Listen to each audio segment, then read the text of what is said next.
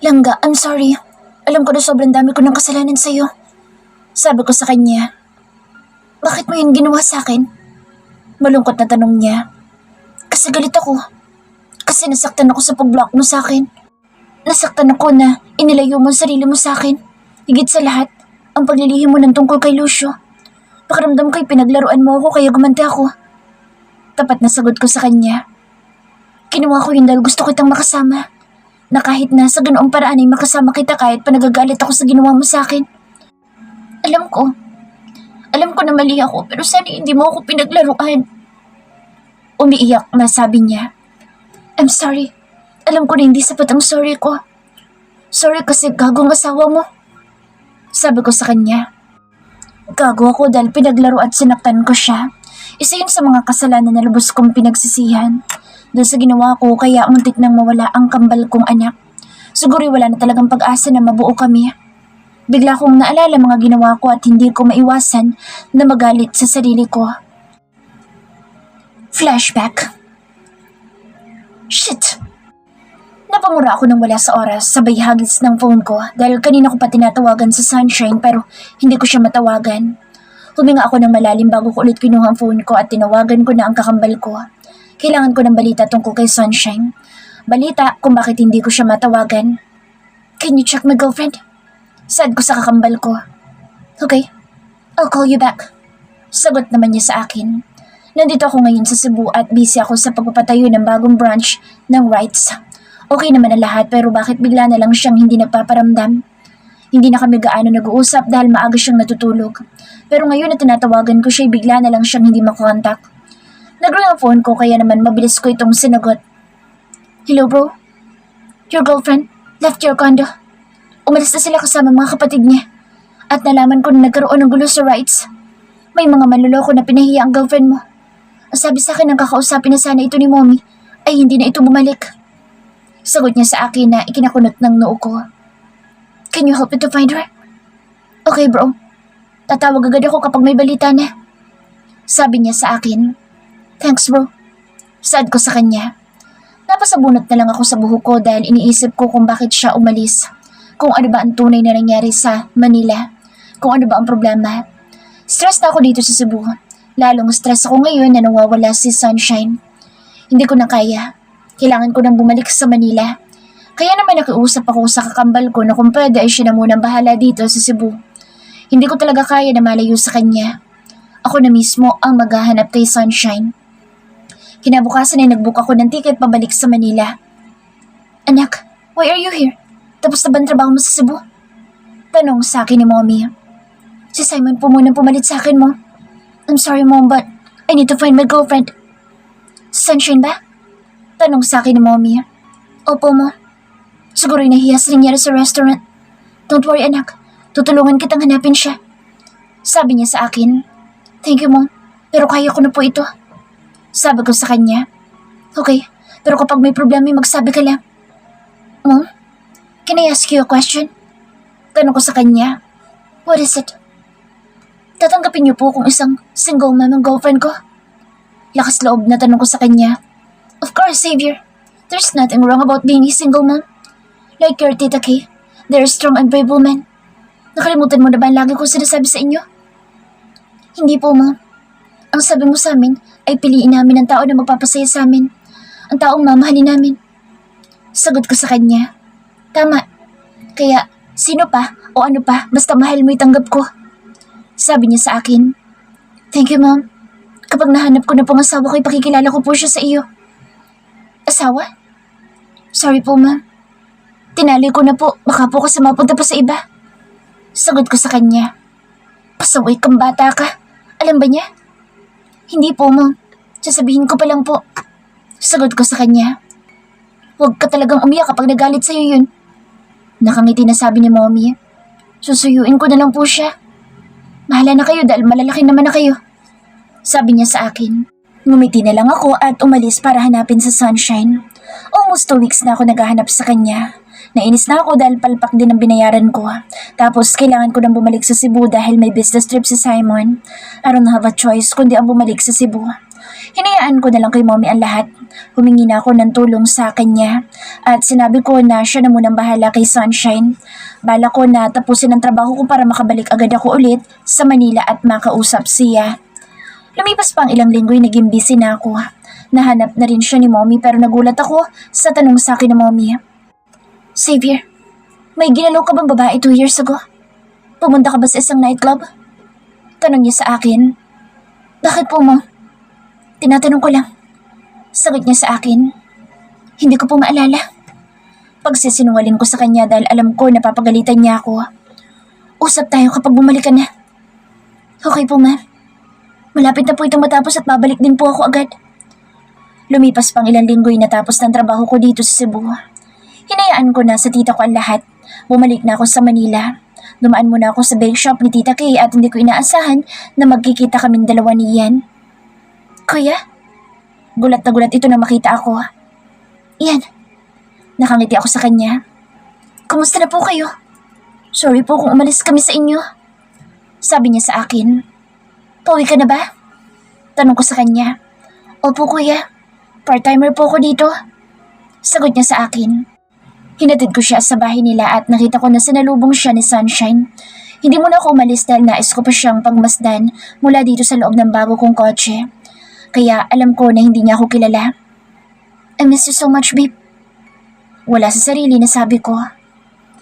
Ayoko mang umalis pero ayoko naman na mahalata niya ako. Kaya naman umalis na lang ako at simula noon ay gabi-gabi na akong nakamasid sa kanila. Nasasaktan ako at nagagalit dahil pakiramdam ko hindi niya ako minahal. She looks happy without me, ni hindi na niya ako naalala. Hanggang sa isang araw na umuwi ako sa bahay, ay naabutan ko si mommy na tumitingin sa lumang album namin. At halos hindi ako makagalaw sa kinatatayuan ko dahil kamukha namin ni Simon si Lucio noong bata pa siya. Kahit pa nakita ko ito ay kailangan ko pa rin kumpirmahin ang hinala ko. Kaya naman tinawagan ko ang kakambal ko dahil gusto kong gumawa ng plano.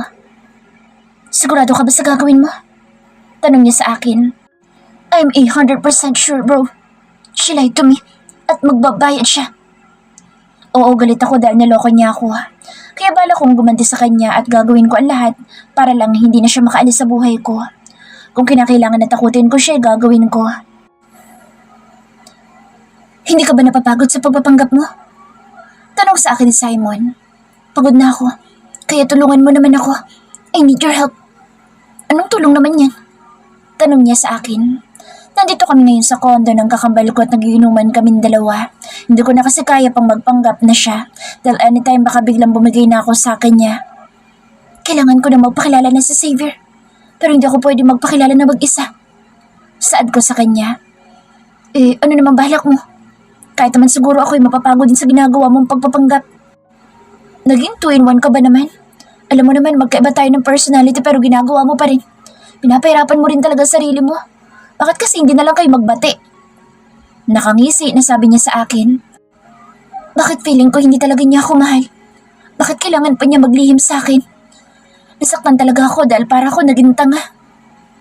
Paano ko natatakot siyang magtanong o magsabi sa'yo? Hindi nga siya sigurado kung sino sa ating dalawang ama ng anak niya. Saad naman ni Simon. That's impossible. Saad ko rin dahil ayokong maniwala. Ikaw ang bahala. Pero advice ko lang sa'yo. Sana'y tama itong ginagawa mo. Kasi mahirap na. Baka sa ginagawa mong ito ay lalo mo lang sinasaktan sa Sunshine. Sabi niya sa akin. Kaya kailangan ko tulong mo. Kailangan na pumayag siyang magpakasal sa'yo. Diba asawa mo na siya? Hindi nga niya alam na kasal na kami. Kaya kailangan ko tulong mo. Kailangan na pumayag siya at maniwala siya na ikaw ang ama ni Lucio at ikaw ang pakakasalan niya. Ang hirap naman itong gusto mo. Huwag mo na kayang ituloy. Hindi na ako pwedeng umatras, bro. Sinimulan ko na ito kaya naman tatapusin ko. Sagot ko sa kakambal ko. Okay, fine. Pero labas ako dito kapag natulungan na kita. Sa Ate Faye na lang ang magiging babae ko. Don't worry dahil kunwari lang naman ito. Sabi ko sa kanya. Ayun palang binabalaan na kita. Huwag na huwag mo siyang halikan. Hindi ko gagawin yun, bro. Sapat na sa akin ang labi ng asawa ko. Nakangisi na sabi ko sa kanya. Gabi-gabi tumatabi ako kay Sunshine. Gabi-gabi ko rin hinahalikan ang labi niya na hindi man lang niya namamalayan. Sa pagpapanggap ko bilang si Simon ay malaya ko siyang pinagmamastan at nakakasama. Alam ko na mahirap itong pinasok ko at alam ko din na magagalit siya sa akin kapag nalaman niya. Pero wala akong choice. Kailangan ko itong tapusin. Hindi ko alam kung nasiselos ba siya kay Ate Fia. Hindi ko alam kung apektado ba siya na may fake girlfriend na ako. Para kasing baliwala lang sa kanya. Kaya nang tanungin niya ako kung ako ba ang daddy ni Lucio ay mabilis akong tumanggi. Kitang-kita ko sa mga mata niya ang lungkot pero binaliwala ko ito dahil sa galit ko sa kanya. Kahit pa nag-aalala ako sa kanya, ipilit ko ipinapakita na galit ako sa kanya, na ayoko sa kanya. Mataas ang ego ko at ayoko itong ibabasa ngayon. Baby Lucio, I'm your daddy. Bulong ko sa anak ko habang karga ko siya.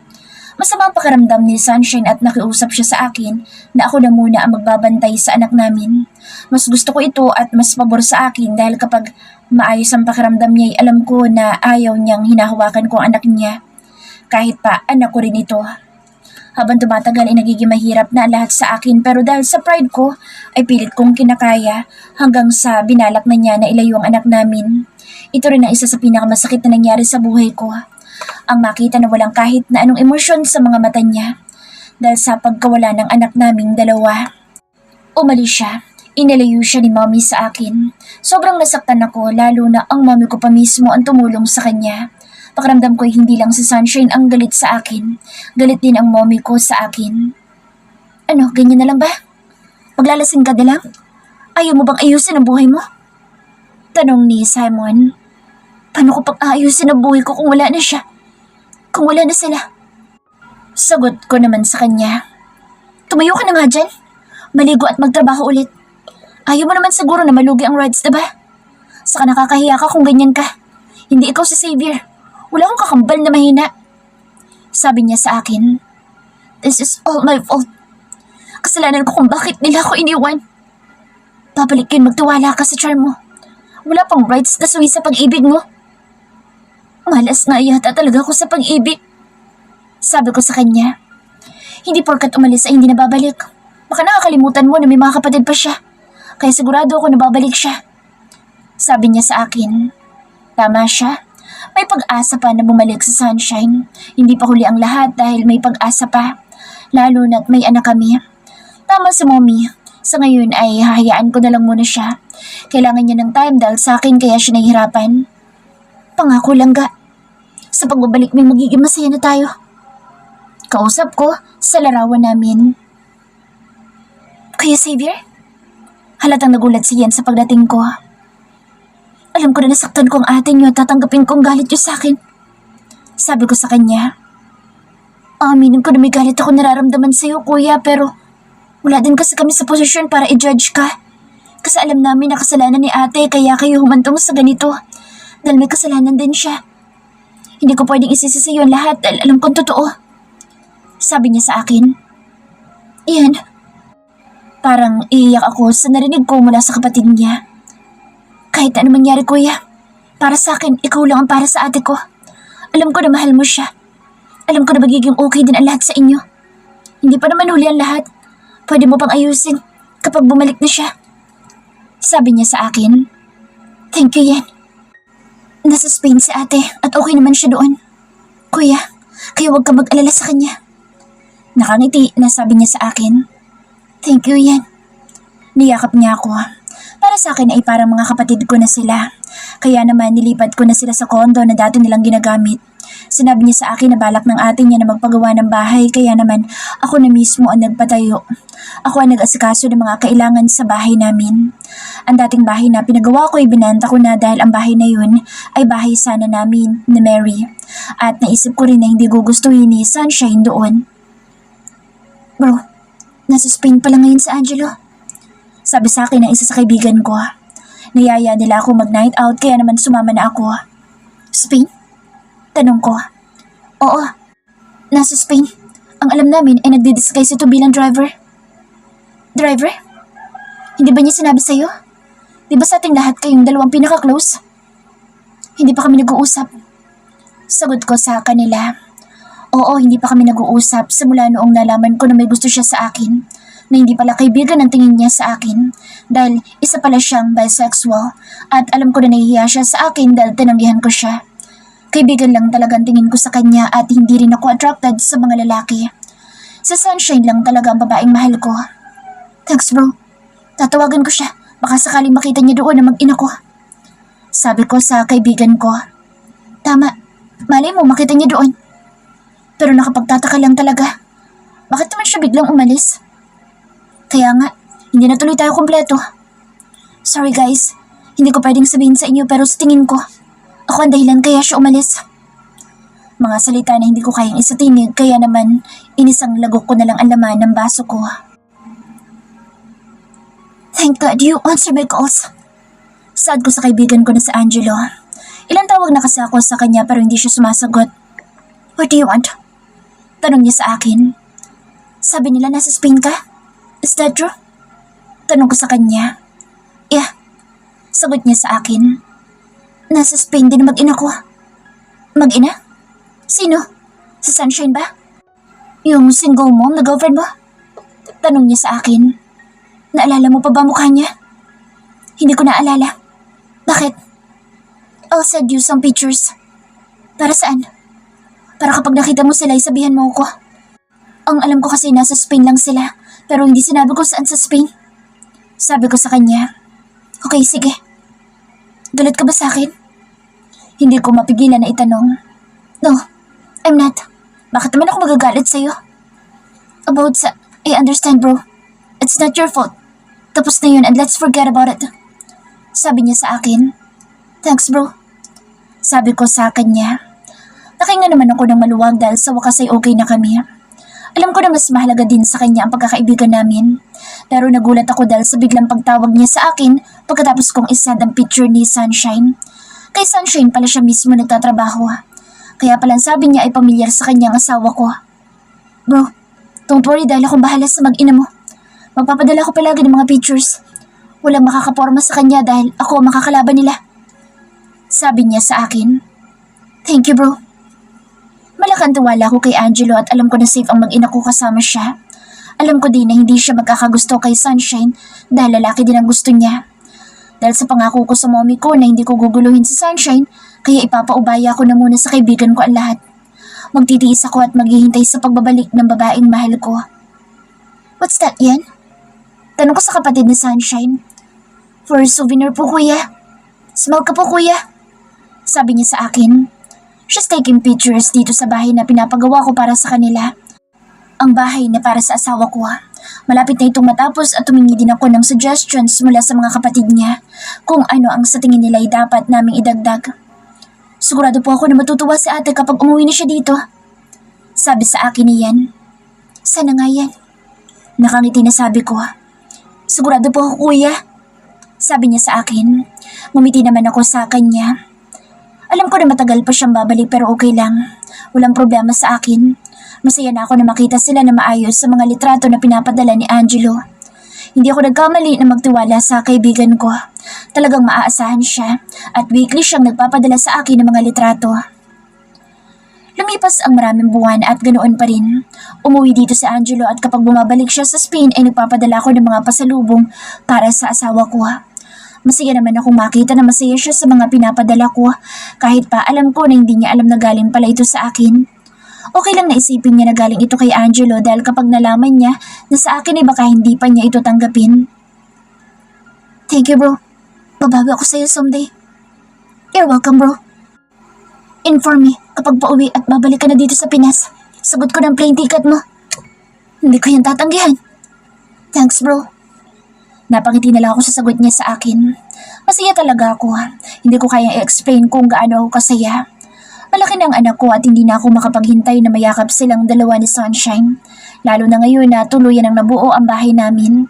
Siya na lang ang kulang. Sila na lang ang kulang. Lumipat na sila yan dito sa bahay at ngayon ay kausap nila sa Sunshine sa video ko. Tahimik lang ako nakikinig sa pinag-uusapan nila. Nakangiti na nakatingin sa akin si mommy. Parang iiyak ako kaya naman umakyat ako sa magiging silid namin. Pagpasok ko pa lang ay bumagsak na ang luha ko. I miss them so much at sa mga araw na hindi ko sila kasama ay pinagsisisihan ko ang mga maling desisyon ko. Ang mga walang kwenta kong ginawa na nakasakit sa asawa at mga anak ko. Xavier, Narinig ko na tawag sa akin ni Mommy kaya mabilis kong pinunasan ang mga luha ko. Ayoko na makita niya akong umiiyak. Yes, Mom? Are you okay? I'm fine, Mom. Parang naiiyak na sagot ko sa kanya. I'm sorry, anak. You don't have to say sorry to me, Mo. Wala kang kasalanan. Sabi ko sa kanya. Alam ko na nahihirapan ka. Alam ko na namimiss mo na sila. Bakit hindi mo sila puntahan? Tanong niya sa akin. Huwag na po, Mo. Hindi na po kailangan. Kaya ko po pong maghintay. Hihintayin ko ang pagbabalik niya. Kahit po gaano pa katagal mo. Sagot ko sa kanya. I'm so happy, anak ko. Kasi natuto ka na talaga. Naging mature ka na talaga, anak ko. Umiiyak na sabi ni Mommy. Dahil po sa inyo kaya ako natuto, Mo. Thank you so much po and I love you, Mo. I'm sorry, anak. Alam ko na nasaktan kita pero ginawa ko yun para sa'yo. Dahil gusto ko na maging mabuting ama ka sa anak mo. Malaki tiwala ko na sa pagbabalik ni Sunshine ay mabubuo na kayong tatlo. Umaasa din ako, Mo. Sapat na po sa akin na malaman na okay sila ni Lucio. Promise, Mom. Babawi po ako sa mag-ina ko. Babawi po ako at ipakikita ko kay Sunshine na deserving ako sa second chance na ibibigay niya sa akin. Alam ko na magagalit siya sa akin kapag nalaman niya na ako ang ama ni Lucio. Haharapin ko po ang galit niya at gagawin ko lahat para mapatawad niya ako. Ipagdarasal ko na magiging maayos ang lahat, anak. Niyakap ko na mahigpit ang mommy ko. Alam ko na ginagawa ni mom ang lahat para maging maayos at masaya kami. Kahit pa nasasaktan din siya. And I'm so thankful na may parents ako na tulad nila. Na sa bawat malungkot na yugto ng buhay ko, kasama ko sila. Na handang damayan ako dahil kagaya ng palagi nilang sinasabi, isang pamilya kami at walang iwanan. After 3 years, 3 taon na pala ang lumipas at hindi ko man lang ito namalayan. Nag-focus ako sa Wright's Diner habang hinihintay ko ang mag-ina ko. Naging matagumpay na ang restaurants namin. Nagkalat na mga branches namin sa Luzon hanggang sa Mindanao. At masaya ako dahil nagbunga ang lahat ng pagod namin ni Daddy. Pero hindi ko inaasahan na isang araw ay makatatanggap ako ng isang mensahe na magbibigay sa akin ng labis na kaligayahan. Daddy, we're coming home. Basa ko sa chat message na mula sa account ni Liza. Nagtataka ako kaya naman mabilis kong tinawagan ng pinsan ko. Mabilis naman niya itong sinagot. Hello po, kuya. Hello, Liz. Anong ibig sabihin nito? Tanong ko sa kanya. Kuya, he knew already na ikaw ang daddy niya. Sagot sa akin ang pinsan ko. Paano? Nadulas ako. Tapos nasabi ko sa kanya ang totoo. Anong naging reaksyon niya? Kinakabahan na tanong ko sa pinsan ko. Hindi ko mabasa kung ano ba ang emosyon na meron sa mga mata ng pinsan ko. Naging tahimik ito at hindi sinagot ang tanong kaya alam ko na galit sa akin ang anak ko. Hi, Daddy! Nagulat ako dahil bigla na lang si Lucio ang pumalit sa screen. Hindi ako agad nakareact dahil sa pagkabigla. Hi, baby! Parang naiiyak na sambit ko. How are you, Daddy? I'm good. How about you? I'm also good, Daddy. You're my daddy's savior, right? Nakangiti na tanong niya sa akin kaya naman hindi ko na napigilan ang mga luha ko. Yes, baby. I'm your dad. Your dad's savior. Pakilala ko sa sarili ko sa kanya. I'm happy to meet you, Daddy. Uuwi na po kami ni Mommy dyan. Sabi niya sa akin. I'm sorry, baby. I'm sorry. Sabi ko sa kanya habang umiiyak ako. Daddy, don't cry. Magiging okay din po ang lahat. Hindi ka ba galit kay Daddy? Hindi po, Daddy. Alam ko din po na hindi pa alam ni Mommy na ikaw ang Daddy ko. I'll keep this as our secret, Daddy. Sabi niya sa akin habang nakangiti. Thank you, baby. See you soon. I miss you so much. Sabi ko sa kanya. I miss you too, Daddy. I love you. Malambing na sabi niya sa akin. I love you too, baby. Hindi ako makapaniwala na nakausap ko ng anak ko. Parang panaginip pero totoo. Simula na magkausap kami, araw-araw na kami nag-uusap. Ang dami niyang kwento sa akin kaya mas talo kong nasasabik na makita sila ni Sunshine. Alam ko na malapit na.